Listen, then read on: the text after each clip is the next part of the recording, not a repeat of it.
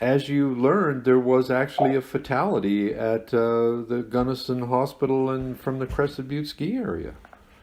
Yeah, and he was a emergency room physician's son too. Oh boy! So when he came in, yeah, it was real bad.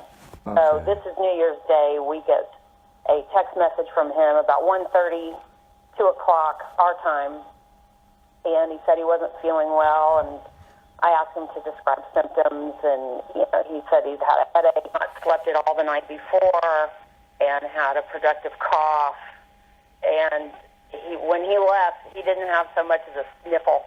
So we started to get a little concerned, and he said he'd been laying down all day and had trouble breathing, and so that's when we initiated contact with the group leaders for the youth group and wanted him taken into the clinic to see a doctor. Right. And so this was like at early afternoon on the day he was supposed to leave to come home again. Yes. Yeah. Yes.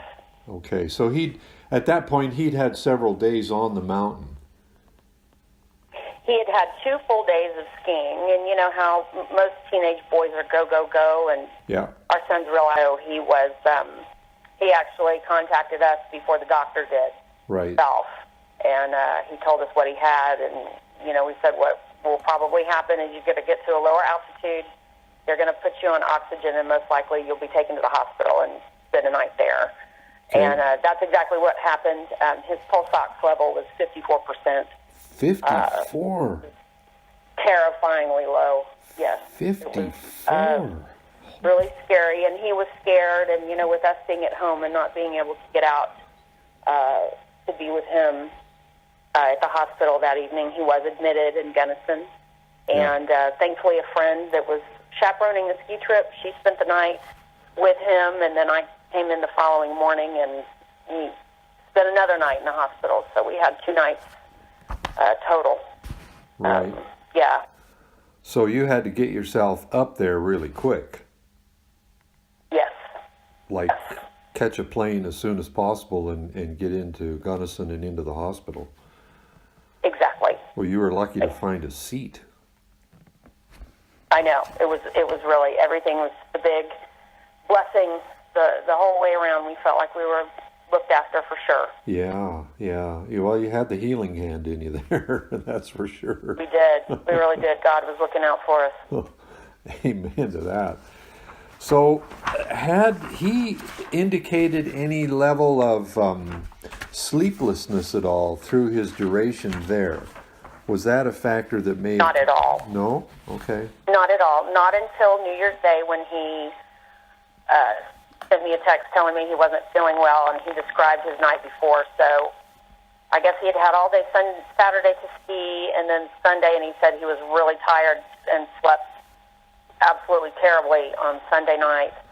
And then Monday, I guess some of the other kids had gone out skiing, and he was pretty much in bed all day. Okay. Like lousy, coughing. He actually used the word productive, which sort of sent the flags up with me. So, right. Yeah, we knew we had a problem after getting those descriptions. Yeah. And so you, after a couple of nights there, got into some sort of vehicle with your friend and then drove back to Ward's home in northern Texas then. Well, actually, so my friend spent the night with him Monday night, and the least I could do to show appreciation was to fly her back home. Ah, okay. So I came in, she flew out, and so my son and I spent the night and, watched movies in the hospital on that Tuesday. Yeah. And then Wednesday, about noontime, he was discharged, and his resting pulse ox levels weren't stable enough for him to fly home. Right. So we just took the rental car and headed to Texas. So I bought a couple of cans of oxygen at the local grocery store and my own pulse oximeter. Yeah. So we could monitor his levels on the drive home. In the event that things went south, we could go immediately to another hospital if necessary. Gotcha. Well, that was smart. You were able to keep a constant observation on him, and my guess is you probably, once you started to leave Colorado, you began to see higher oxygen rates then in this pulsometer. Yes, it did. It did take a while. I mean, I don't think that we must have made it to New Mexico or almost through before he could even maintain it at a solid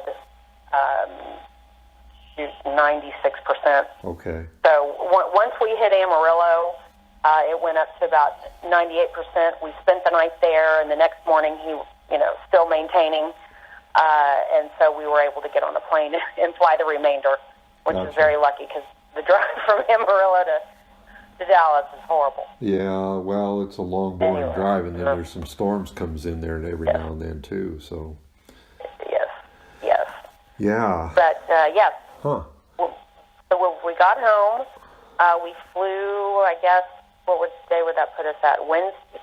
Thursday. Thursday. So Yeah. Thursday. Yeah, we checked out Wednesday.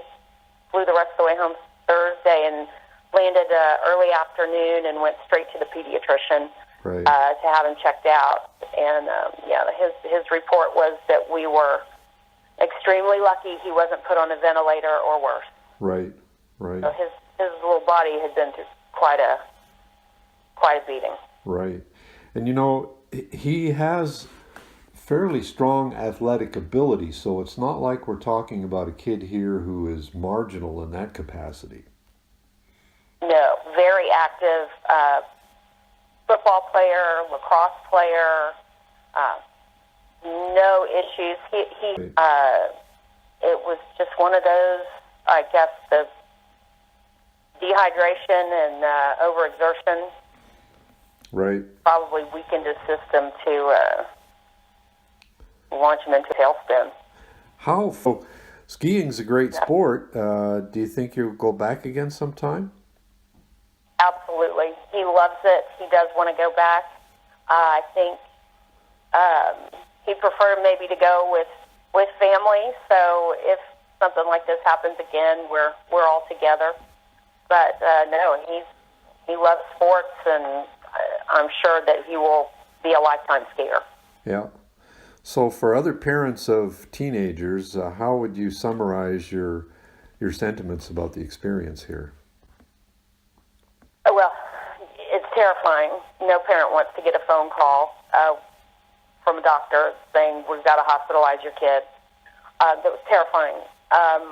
One thing I will say is read about altitude sickness, educate yourself, as with any sport and risk, and be informed. Just as a word of potential advice for you, around the state of Colorado, there's a lot of variation in altitudes for ski areas. Telluride is about the highest, and so he began there and didn't have any problems, which is encouraging. On the other end of the spectrum of major areas, you go north up to Steamboat. And now Steamboat is close to Wyoming, and the weather's a lot like Wyoming, and so you get that factor. But the base elevation of Steamboat is like 6,000 and some feet. The base elevation up at Mountain Village in Telluride is over 9,000 feet. And so coming from your domain elevation at home, there's quite a bit of difference between those two things in terms of the degree of change.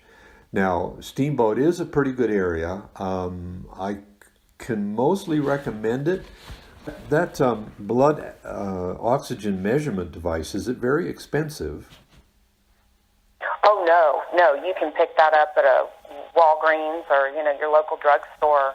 I want to say maybe it's anywhere between $10, $15. Really? Very cheap. That is an incredibly cheap little device. Every skier should have one. All right.